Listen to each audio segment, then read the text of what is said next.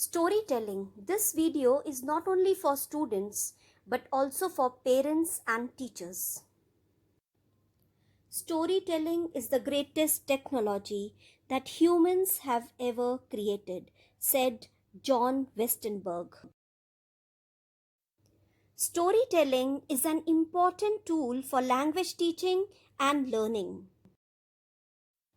Children have an innate love for stories. Stories create magic and a sense of wonder of the world.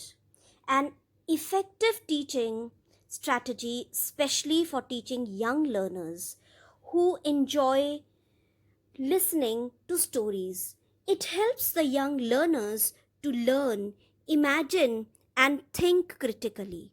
Very useful to teach any foreign language to young learners. English is a foreign language for Indians. It promotes expressive language development in oral and written form and presents new vocabulary and complex language in the powerful form that inspires children to emulate the model they have experienced. Stories have the power which can bring the young learners into a world of imagination and draw a colorful picture and with many interesting characters in the story. Telling stories have a good chance for young learners to discover experience of real life and the language learning experience together. Children create a mental picture and try to figure out the meaning of what they listen to. They try to imagine the characters, the situation, and the theme of the story. Now, here is the story The Hare and the Tortoise, narrated by a student. Once there was a speedy hare who bragged about how fast he could run.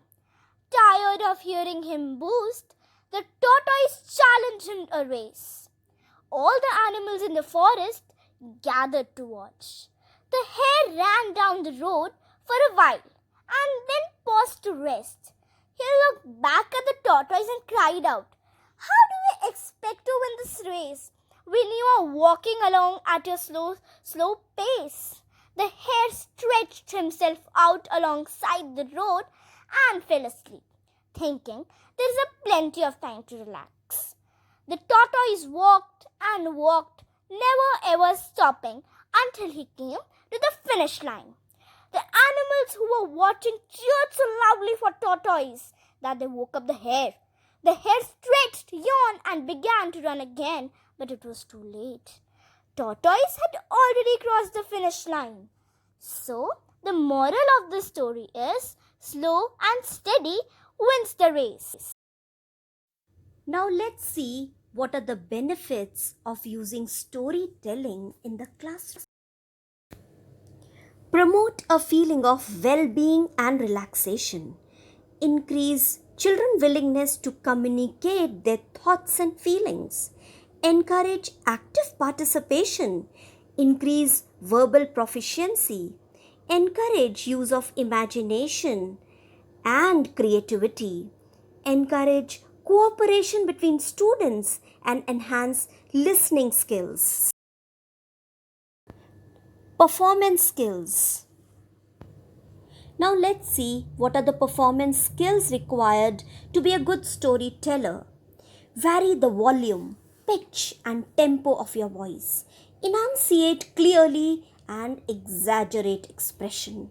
Use your face, body and gestures.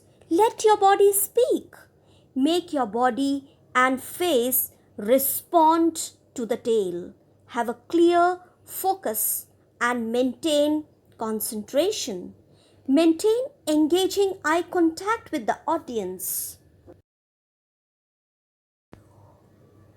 Make the audience believe in you, that is, create a charismatic presence. Use different exaggerated voice of the character. Use your space, be dynamic. Remember to regain your style as a narrator. Use silence and pauses To add dramatic effect, use onomatopoeia, that is sounds like mew, wow wow, meow, growled, a word that imitates the sound that it represents. Now let's look at the activities that can be taken up in the class. Tell a short funny story, joke, or anecdote.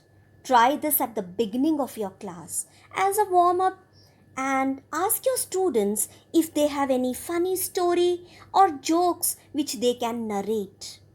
Listening to stories can develop important skills such as prediction, guessing, hypothesizing, and message decoding. Stories and pictures. Students ask students to bring pictures from newspapers and magazines. Write different words on the board like luxury, love, jealousy, hatred, friends, treasure, travel, fast car, adventure, suspicious, treasure, fortune, etc. Give students 10 to 15 minutes to build upon an interesting story of their favorite person. Give instructions to use vocabulary that they want to use. Instruct them to use at least 5 words written on the board. Give students a picture of someone from a magazine or newspaper. Write various questions on the board for students to discuss in pairs or groups. Later, one pair or group can introduce and present their character to another pair or group. Now let's see what sort of questions can be asked. What does this person look like? Do you think he or she is happy? Why? What do you think are the names of these people? What kind of a house do you think they live in? What do you think their job is? Do you think they like their job? What do they do in their free time? Now let's look at story dominoes. Divide students in small groups. Write a selection of keywords onto a set of cards, one word per card, and give each group a set of cards. Tell them to divide the cards evenly amongst the group. The aim is to tell a story in domino fashion. Student A puts down a card and starts the story. Then B puts down one of the cards and continues. Then C, and so on until all the students have used all the cards and the story is complete. If you are creative, you can even draw pictures on your dominoes instead of words and create a story. Stories narrated in this style will help you explore narrative and imaginative potential of young learners. Let's see what can be modern tales. Write the names of popular stories for children such as Beauty and the Beast, Goldilocks and the Three Bears, Little Red Riding Hood, etc. Ask them about other stories that they have read or heard. Once the students have told you the rough outline of the stories, put them into small groups. Give 10 to 15 minutes to recreate one of the stories in a different form. For example, as a detective story, adventure story, or a horror story. Give them freedom to add in new characters or events. At the end, the students select the most original and the most creative story.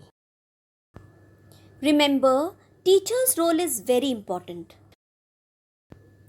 Be ready to support shy students and help them when they get stuck on a word.